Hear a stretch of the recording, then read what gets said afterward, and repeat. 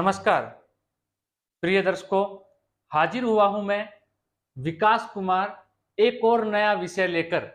आज आप सबके सम्मुख हाजिर हुआ हूं।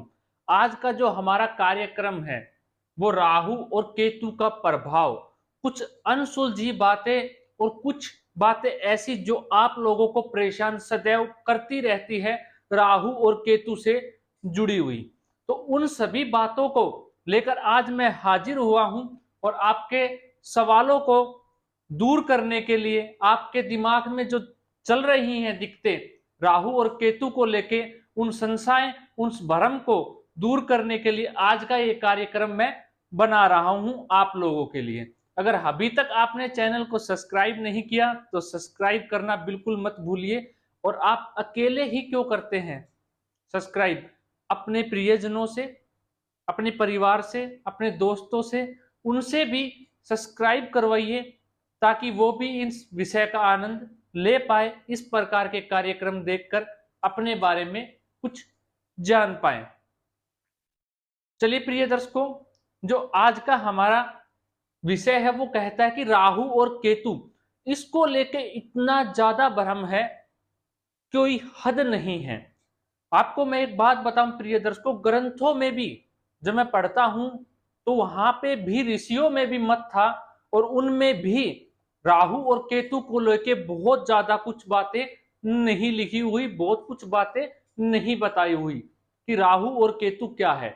मैंने अपनी पुराने कार्यक्रम में भी आप लोगों को बताया था, जो केतु है वो एक ऐसा ग्रह है, वो क्या दे क्या ना दे और क्या कर जाए जब उसकी महादशा आए आपके जीवन काल में, जो आपको पता भी ना चले, ऐसा कुछ प्रभाव कर देना, वो ही केतु कहलाता है। प्रिय दर्शकों, केतु का प्रभाव ना कोई जान पाया ना कोई जान पाएगा। हाँ, हम उसका मूल्यांकन कर सकते हैं, हम उसके बारे में थोड़ा बहुत जान सकते हैं, लेकिन कोई कहते कि मैं संपूर्ण केतु के बारे में बता पाऊं, ऐसा प्रिय दर्शकों बिल्कुल नहीं है। राहु और केतु क्या है प्रिय दर्शकों, ये दोनों छाया ग्रह हैं। और जो राहु है वो धड़ है और जो केतु है वो सर है। इस पे पहले भी मैंने कार्यक्रम किया था तो बहुत बड़ा एक मुद्दा बन गया था, आप कमेंट के माध्यम से भी और वैसे भी, कि जो राहु है वो सर है, केतु धड़ है। लेकिन प्रिय दर्शकों ऐसा नहीं है, प्रमाण है इस चीज का, ग्रंथों में लिखा हुआ है कि राहु जो है वो धड़ है, केतु ही सर है। प्रिय दर्शकों, अब ऐसा क्यों, ये मैं पहले अपनी वीडियो में बता चुका हूं, कार्यक्रम में आप जाके वो देख सकते हैं। अब जो राहु और केतु है, इनसे अनसुलझे जो रहस्य हैं, आज इस कार्यक्रम में उस पर चर्चा होने वाली है। अब जो राहु है और केतु, केतु को हमेशा प्रिय दर्शकों ध्वजा बताया गया है, झंडा बताया गया है कि झंडा कौन सा होता है, झंडा ऊंचाई होता है, सर होता है। किसी भी देश का अगर झंडा ऊंचा है तो उसका सर ऊंचा है। इसीलिए आप इसी बात से समझ सकते हैं, जो केतु ग्रह है वो सर है और जो राहु है वो धड़ है। प्रिय दर्शकों, अब क्या है इस कुंडली में, क्या लिखा गया ग्रंथों के अंदर राहु और केतु को लेके, ये बताया गया कि राहु और जो केतु है वो छाया ग्रह है। लेकिन ये छाया ग्रह कैसे है प्रिय दर्शकों, कोई ये तो है नहीं कि कोई छाया हो गई, हमारी कोई छाया वो कार्य तो क्या करती है, हमारी कॉपी करती है। तो मैंने हमेशा आपको बताया राहु और केतु ये एक कॉपी ग्रह है, मतलब किसी भी चीज का हूबहू वैसा ही करना जैसा अगला करता है, कोई दूसरा कर रहा हो। तो जो राहु और केतु है प्रिय दर्शकों, ये सेम वैसे ही करेंगे जैसे कि कोई व्यक्ति कर रहा हो, तो उसकी छाया करती है। तो अब क्या हुआ, जो राहु है उसको शनिवत बताया गया कुंडली के अंदर। एक बात समझिए प्रिय दर्शकों, राहु और केतु को कुंडली से आप एक साइड में रख दीजिए और फिर देखिए सबसे सर्वाधिक पाप ग्रह कौन सा बन जाता है। सबसे अधिक पाप ग्रह बन जाता है शनि जन्म कुंडली के अंदर। और शनि को राहु जैसा बताया कि राहु जो है वो सर्वाधिक पाप ग्रह है। प्रिय दर्शकों, जो राहु है वो सर्वाधिक पाप ग्रह है। अब जो राहु है इसका रत्न क्या धारण किया जा सकता है, इस पे भी मैं आपको वीडियो के लास्ट में समझाने वाला हूं। उससे पूर्व आप राहु को समझिए प्रिय दर्शकों, राहु और केतु को समझिए कि राहु जो है इस कलयुग में सर्वाधिक देने वाला अगर कोई ग्रह है वो राहु है। अगर इस कलयुग के अंदर किसी का राहु कमजोर है तो वो ज्यादा कुछ प्राप्त नहीं कर पाएगा। प्रिय दर्शकों, मेरी बात को आप सदैव याद रखिएगा। इस कलयुग के अंदर अगर सबसे ज्यादा कुछ देता है तो वो एकमात्र राहु ग्रह है, जो आदमी को छप्पर फाड़ के देने के लिए बाध्य रहता है। अब जो राहु और केतु है, आपने ये जाना ये छाया ग्रह है, लेकिन ये छाया ग्रह करते क्या हैं? अब इनका स्वभाव कैसे चेंज होता है? मान लीजिए कुंडली के अंदर जो राहु है और जो केतु है, वो जिस ग्रह के साथ बैठेंगे उसका तो गुण ले लेंगे, जिस भी ग्रह के साथ बैठेंगे उसका गुण ले लेंगे, और जिस ग्रह की राशि में बैठेंगे उसका स्वभाव ले लेंगे। प्रिय दर्शकों, राहु और केतु जिस ग्रह के साथ बैठेंगे उसका गुण ले लेंगे।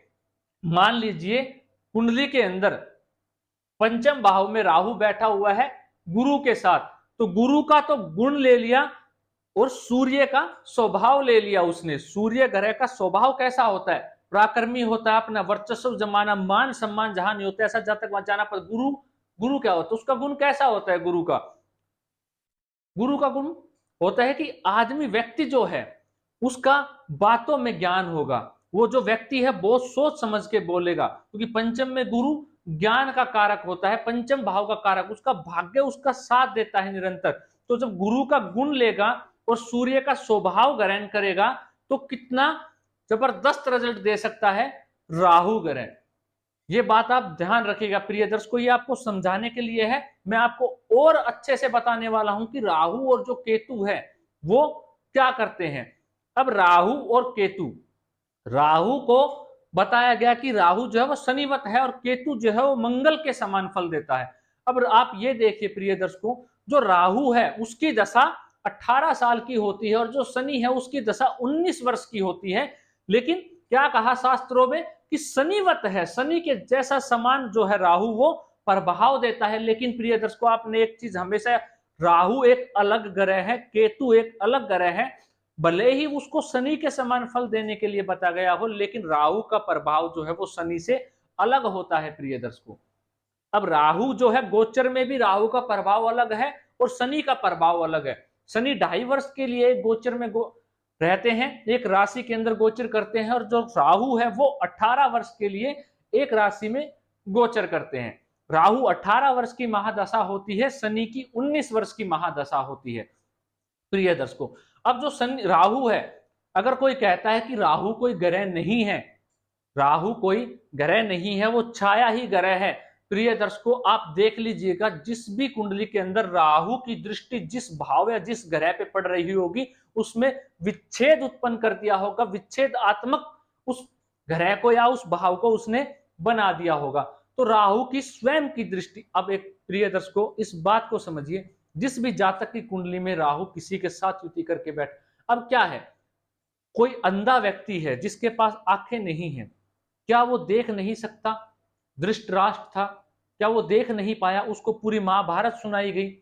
अब कोई भी उदाहरण से ले लीजिए, कोई आपके पड़ोस में ही देख लीजिए, कोई अंधा व्यक्ति हो, लेकिन आप जाके उसके पास बैठ जाओ, आप उसके पास जाके बैठ जाओ, क्या वो देख नहीं पाएगा? कैसे नहीं देख पा रहा है? वो देख पा रहा है प्रिय दर्शकों, जो आप उसे बता रहे हो वो उसको इमेजिन कर पा रहा है, अपने दिमाग में उस बात को बना पा रहा है और वो अपने देख पा रहा है। तो ऐसे ही जो राहु और केतु आमने सामने इसीलिए होते हैं क्योंकि केतु की दृष्टि होती है, केतु के पास जो है वो धड़ नहीं है, वो सर है, राहु के पास धड़ है। तो आमने सामने होने की वजह से दोनों मिलके एक दूसरे को सहायता प्रदान करते हैं, और जो राहु है वो केतु की दृष्टि से ही देख पाता है। आप ये बातें सिर्फ समझ लीजिए प्रिय दर्शकों। अब क्या है, अब जो राहु की दृष्टि जहां भी पड़ेगी ऐसे जातक की कुंडली में वहां विच्छेद उत्पन्न कर देगा राहु। अब प्रिय दर्शकों, जो राहु है कुंडली में वो तीसरे घर के अंदर कारक होता है, छठे घर के अंदर कारक होता है, 10वें घर के अंदर कारक होता है, अष्टम भाव में भी राहु अच्छा फल देता है और लाभ भाव में भी जो राहु है वो जबरदस्त फल देता है। अब प्रिय दर्शकों, अगर इन्हीं भावों के अंदर वृषभ राशि, मिथुन राशि, कन्या राशि, तुला राशि आ जाए तो राहु और सर्वाधिक सर्वश्रेष्ठ रिजल्ट देता है। अब त्रिकोण के अंदर प्रिय दर्शकों, पंचम भाव में, नवम भाव में भी जो राहु है वो सर्वश्रेष्ठ रिजल्ट देता है, लेकिन त्रिकोण खास तौर के नवम भाव के अंदर जो राहु है वो बहुत जबरदस्त फल देता हुआ पाया गया है। लेकिन राहु यहाँ पे बैठ के अच्छा फल तो देगा प्रिय दर्शकों, लेकिन मेरी बात को याद रखिएगा, यहाँ पे जब राहु बैठा है पंचम नवम भाव के अंदर, लेकिन नवम भाव में बैठने के कारण यहाँ पे उसके प्रभाव में तो अच्छा आ जाएगा। जब भी कोई पाप ग्रह है पंचम या नवम भाव में जाके युति करता है तो उसके प्रभाव तो अच्छा हो जाता है, उसके प्रभाव में तो बल आ जाता है, लेकिन यहाँ पे नवम भाव में होने के कारण, राहु के बैठ जाने के कारण नवम भाव को कमजोर कर देगा, भाग्य को कमजोर कर देगा, आपके पिताजी की सेहत में परेशानी देना प्रारंभ कर देगा, उनको कष्ट देना प्रारंभ कर देगा। ऐसा जातक जो है वो भौतिक सुखों के पीछे भागेगा, ना कि मंदिर की ओर जाना पसंद करेगा। कुल मिला के आध्यात्मिक की ओर कम बढ़ेगा उसका विकास। क्यों? क्योंकि भाग्य भाव धर्म का भाव है, इसी में राहु ने बैठ के उस भाव के बल को कमजोर कर दिया, इस कारण से ऐसा होगा। अब प्रिय दर्शकों, राहु का रतन पहने या नहीं पहने, आप इस बात को देखिए। प्रिय दर्शकों, मैंने आपको बताया कि सर्वाधिक पाप ग्रह अगर इस कुंडली में कुछ है तो वो राहु है, और सर्वाधिक पाप अगर कहीं हो रहा है तो वो कलयुग है। इस कलयुग के अंदर नेता हो, राजनेता हो, राजनीति में जाना हो, कुछ भी बड़ा पद पाना हो आपको राजनीति के अंदर, तो कहीं भी आप देख लीजिएगा प्रिय दर्शकों, राहु ही मेन कारण है इस राजनीति में सफलता दिलाने के पीछे। राहु ही एक ऐसा ग्रह है जो राजनीति में व्यक्ति को सर्वश्रेष्ठ ऊंचाइयां दिलाता है, राजनीति में सफल बनाता है, बड़ा राजनीतिज्ञ बनाता है। अब जो ये राहु है प्रिय दर्शकों, जन्म कुंडली के अंदर वृषभ राशि, मिथुन राशि, कन्या, तुला राशि के अंदर जाके भाग्य स्थान में बैठ जाए, इस बात को समझिएगा प्रिय दर्शकों। कहां पे बैठ जाए? भाग्य स्थान में जाके बैठ जाए राहु, और वो किस नक्षत्र में बैठा हो? बुध के नक्षत्र में बैठा हो, स्वयं के नक्षत्र में बैठा हो, तो अगर हम उस व्यक्ति को राहु का रतन धारण करवा दिया जाए, जैसे कि गोमेद, तो ऐसा व्यक्ति छप्पर फाड़ के रिजल्ट लेगा अपने जीवन काल के अंदर। और जब भी उसकी राहु की महादशा आएगी, क्योंकि सर्वाधिक बल जो राहु के अंदर आ गया। अब उदाहरण से समझिए प्रिय दर्शकों, मान लेते हैं जन्म कुंडली के अंदर यहाँ पे मिथुन राशि बनी हुई है। अब मिथुन राशि में राहु बैठे हुए हैं, और जो बुध है वो स्वयं की राशि में बैठे हों, अपनी उच्च राशि हो गई उनकी मिथुन राशि, या राहु के साथ बुध बैठे हों, तो भी ये जबरदस्त फल देने वाला होगा। क्यों? मैंने आपको बताया जिस ग्रह के साथ बैठेगा उसका स्वभाव, और जिस राशि में बैठेगा उसका स्वभाव, जिस ग्रह के साथ बैठेगा उसका गुण ले लेता है राहु। तो यहाँ पे बुध का ही स्वरूप धारण कर लेगा, और बुध भाग्य भाव में आप सभी को पता है बेहद ही जबरदस्त परिणाम देता है अपने स्वयं की राशि में। तो जब राहु और बुध की युति एक साथ हो जाएगी भाग्य भाव में, और राहु स्वयं के नक्षत्र में होंगे, तो राहु क्या करेगा? प्रभावी हो जाएगा और जबरदस्त फल देने के लिए बाध्य हो जाएगा। और राहु का उस समय रतन धारण करवाया जाए तो ऐसा व्यक्ति, राहु उसका भाग्य के तरह काम करेगा, उसका भाग्येश बन जाएगा एक तरीके से, और उसको ऊंचाइयां देना शुरू कर देगा, और वो अपने जीवन काल में सब कुछ प्राप्त कर लेगा। ऐसे ही प्रिय दर्शकों, राहु कहीं भी जाके शुभ स्थानों में बैठा, तीसरे घर में बैठा हो, छठे घर में बैठा हो, लाभ भाव में बैठा हो, 10वें घर में बैठा हो, अपने स्वयं के नक्षत्र में हो और इन्हीं लग्नों में हो, तो कारक हो जाता है। अब यहाँ पे जो लगन हो कौन सा हो? वृषभ लगन हो, कन्या लगन हो, तुला लगन हो, मकर लगन हो, कुंभ लगन हो, तो इनमें राहु जो है वो कारक होता है प्रिय दर्शकों, और जबरदस्त रिजल्ट देता है। अब प्रिय दर्शकों, ये थी राहु से जुड़ी हुई कुछ ऐसी बातें जो आपको जानना बेहद जरूरी था। आपका मत हो सकता है कि राहु जो है वो सर है, लेकिन मैं इस पे आपसे वो मांगता हूं कि आप मुझे सबूत दीजिए, आप मुझे सबूत दीजिए कि जो राहु है वो सर है ना कि धड़ है। लेकिन मैं आपको एक बात आज विषय क्लियर कर देता हूं प्रिय दर्शकों, आप इस बात को समझिएगा, जो राहु है वो धड़ है और केतु ही सर है प्रिय दर्शकों। ये बात आप अपने दिमाग में बैठा लीजिएगा, तभी आप एक अच्छे ज्योतिषी बन पाओगे या अपनी कुंडली का अध्ययन कर पाओगे। अगर इस विषय पे आपको कोई समस्या है या कोई सवाल है आपका, तो कमेंट आपके लिए खुला है, कमेंट करके आप मुझसे अपना सवाल पूछ सकते हैं, उसका जवाब देने के लिए मैं बाध्य हूं। तो ये कुछ ऐसी बातें थी राहु और केतु से जुड़ी हुई जो आपको जानना बेहद जरूरी था। तो प्रिय दर्शकों, आज के लिए इतना ही, इजाजत दीजिए मुझे, मिलते हैं किसी और कार्यक्रम को लेकर। नमस्कार।